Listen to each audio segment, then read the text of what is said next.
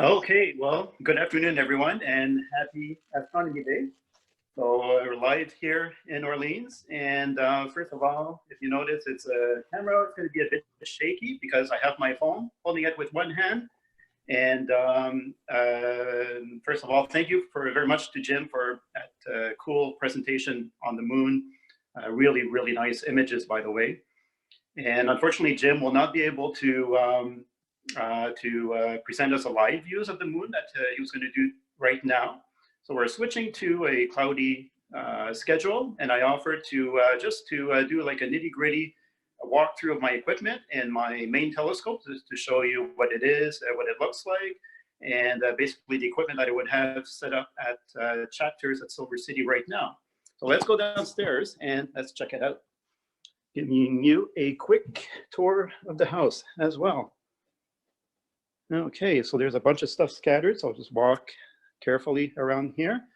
Okay, so here's some of the equipment, my three main telescopes, starting with this guy here, which is my William Optic 80. It's the original 80 SD that was made by that company several years ago.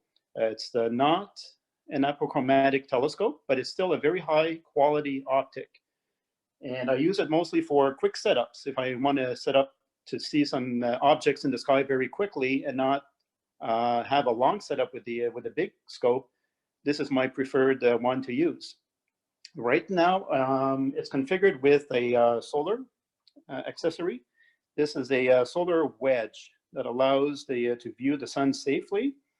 Now I can configure this telescope for both night use and solar. What this thing does here is that it allows a white light filter, and the filtering is all done down here, as opposed to the traditional way, which would be over the top of the aperture for safe solar viewing. So the way they're able to do this with this this special filter, that it's also it rejects heat energy. So there's a special cooling feature that allows the concentrated sunlight coming down to be dissipated, for the heat to be dissipated and to be completely filtered up at the eyepiece for safe views of the sunspots. And the other features like solar filaments and granularity. It's considered a white light filter as opposed to the H alpha that we were explained a bit earlier. Go through some of the stuff here. This guy here, this is my H alpha telescope. It's a Lunt LS60T, and this one is dedicated for the H alpha line of observing. So they optimized for viewing prominence, viewing the solar flares, and those features. It's completely dedicated strictly a solar telescope. And that's what it does. So it's got the filtering at the top and also the etalon down here. And usually with this guy, I really like using a low magnification eyepiece to see the whole disk of the sun and to really see the whole image at once. And it's set up on this this tracking mount here, this Sky Watcher Adventurer mount, which is a very, very cool little mount that can be used for cameras and even a telescope, even a larger telescope with the use of the counterweight system here, which I haven't mounted now. I don't need it with this little scope. And then the third one here, this is the PortaBall. So if you've seen us before at chapters, you might have seen this curious scope. Hopefully I had a chance to explain how it works to you, but if not, I'll give you a bit of a rundown how it is. And then last, if we go back on the first scope, the mount here that I use is an Altaz mount. Very good for a quick setup. Very easy to use. Basically, I just grab the handle here, move it up and down and left and right. So it moves very easily, very smoothly. There's a slow-mo controls. And this is strictly for observing, for viewing visually, as opposed to imaging, which this guy here has the tracking and will do very, very well for a tiny little mount like this. And of course, the PortaBall is, I'm going to back up to try to get in the image. The PortaBall is a visual observing telescope mostly. It's set up for basically push and pull, as with a regular Dobsonian. So now that I've shown you a few things, I'm going to just put the camera, try to set it up right here so it stays steady, and then I can walk away. So the way that PortaBall works, and I apologize for the backlight, it's a little bit bright, but I can't do too much for that. So I just grab it. This is how easy it is, and I move it. I move it wherever I want in the sky, let it go, and it stays put wherever I want. I can move it 360 degrees in any direction. So the ball that you see here is fiberglass made, and it basically glides on the ring of Teflon very, very smoothly. So I can push it even with one finger, and it stays balanced with whatever accessory I add to the top. It's counterbalanced with the weight I had inside the ball to stay put wherever I want it in the sky. So I can rotate it. Here's my eyepiece where I would be viewing. I have 2 feet on the ground to look, so it's very handy for my height. And if I'm looking at something low near the horizon, all I have to do is swing the scope around. Let's say it's somewhere out there, and then I can just rotate the OTA, and then I look down, and it's that simple, that easy. So very, very fun scope to use, and it does take care of the traditional issue with Dobbs, which is known as the Dobson hole, where things can be difficult to aim at up at the zenith, where the scope mounting system will struggle to get the object. This one doesn't have that problem. So unfortunately, these PortaBalls are no longer in production. They were made up to a few years ago. And the guy making them, basically a one-man shop, he decided he had enough and he wanted to do other things. So if ever you're looking for one of these scopes, the best option would be on the secondhand market, like on Astromart or something like that. So you'll see there's a few things going on. If you look inside, you can see the 12.5-inch primary mirror. So it's a 1.6-inch thick mirror. So the scope design is a Newtonian style. And so looking at it this way, you can see, I'll just try to get it set up here. So you see the primary mirror at the very bottom inside the ball. And then up here, okay, right here is the secondary mirror. So it's a diagonal that brings the light into the focuser down here. And if I go on the opposite side, this is where I would put the eyepiece and view through the telescope and focus to get the image just right. So it's very simple to use. One of the questions I sometimes get is, how do I collimate this thing?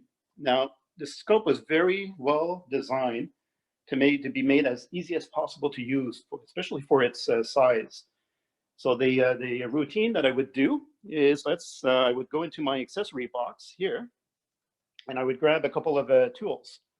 Now, I have an Allen key here that I would use to touch up the secondary mirror if ever it's out of alignment. And then I have my laser collimator here, which is, this is a really nice one. It's made by Astro Systems. Okay, it's made so that it can be used as just a standard laser that I would turn on, and then I would insert into the telescope. So I won't go through all the details of collimation. Attila did a really good job on his presentation. But that would be the first step, to check to see if my secondary mirror is lined up properly.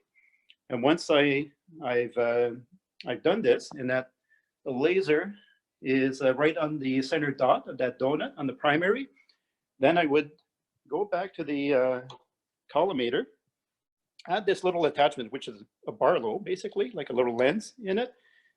It's magnetically connected to it. And then I would insert this into the focuser. And the next step would be to adjust the primary mirror tilt so that it returns the image right back to the screen behind the laser. So if I look down into the scope, it's a little hard to see, but you'll notice there's 3 large knobs. So all I have to do is reach the big knob. I just have to be careful not to touch that mirror and get it dirty. But these 3 knobs adjust the collimation, and they're very easy to grab a hand on and to see. I can just look up to the back of the focuser, and collimate the scope. It usually takes less than 5 minutes, and then I know everything is lined up very, very well.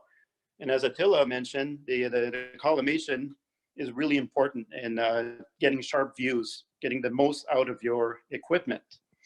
So now you notice because this is a push-to scope, my favorite accessory is this thing here, the towel rad. This little, it's what is probably the ugliest piece of astronomy accessory. It looks like a shoebox. It's big, needlessly big, and awkward and ugly, but it works. It works really well. And if I turn it on, let's see if I can show you. This might be a little tricky, but if I can get the angle just right, you might see the reticle. Looks like a little target. It's a little hard to see because I'm not too steady on the hand, but when I look through, I peer across the towel rad, I can see the bullseye pattern into the sky, and it allows me to aim the telescope very quickly where I want to be, and makes the job a whole lot easier. So highly recommend the towel rad. Even if you have a smaller telescope, these things work very well, and they're not that expensive as well. And then notice there's some wires here and there. There's connections. So what's going on? So there is a battery inside the scope. Okay, there it is here next to the mirror. And that battery acts as a counterweight. And also it provides power for the fan, the cooling fan behind the mirror, to bring it down to equilibrium as quickly as possible, because that glass will retain the heat when I bring it outside, and that's what causes bad views. And then a few other things is there's a cable that goes up a pole and provides power up here. So I have what is a anti-dew system for the secondary mirror.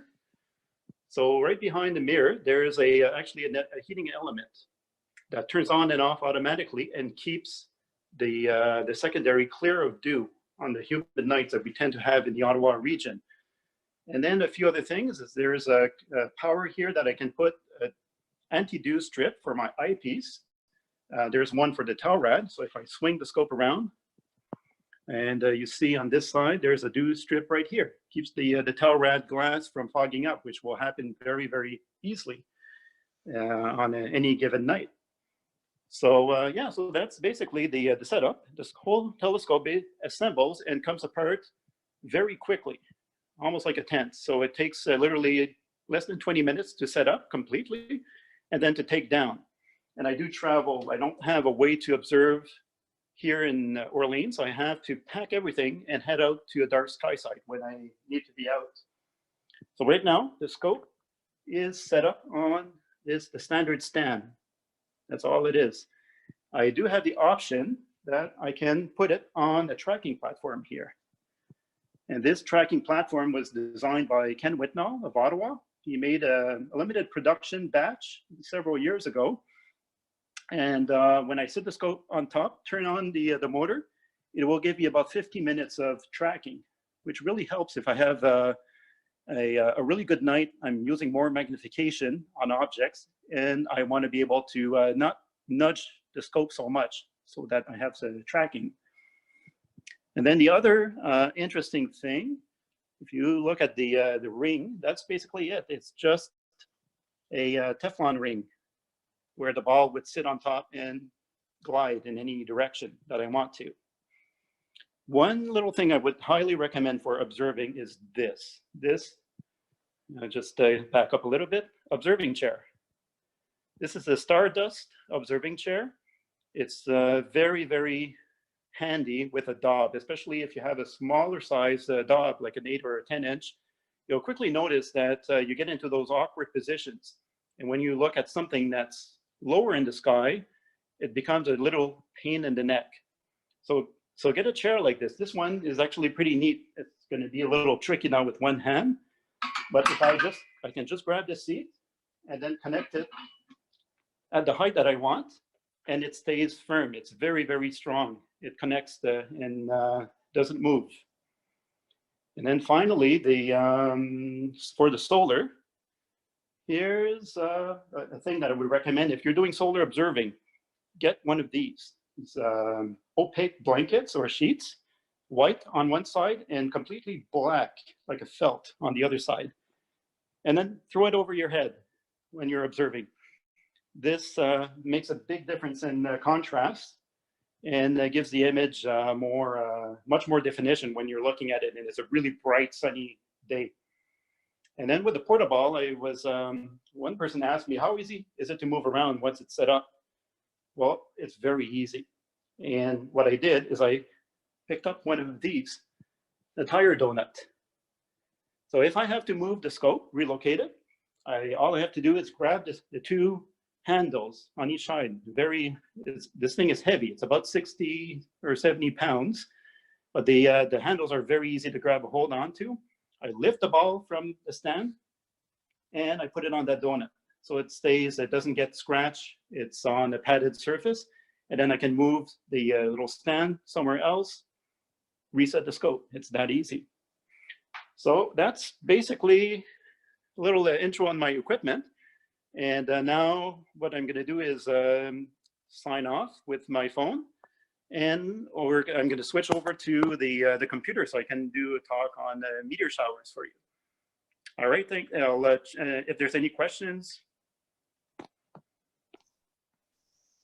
No, hang on, there was one question. Oh. Have you ever done imaging photos with the PortaBall? I've done a little bit, yes, especially with the tracking platform. It's doable in a limited way especially for planetary or lunar imaging where you don't need a long exposure. But the PortaBall is really a visual telescope more than anything else, as opposed to an imaging telescope where you would want a dedicated German equatorial or something of the like, which is much more precise in tracking and will allow more options for imaging. Okay, that's it for the questions. Okay, thank you.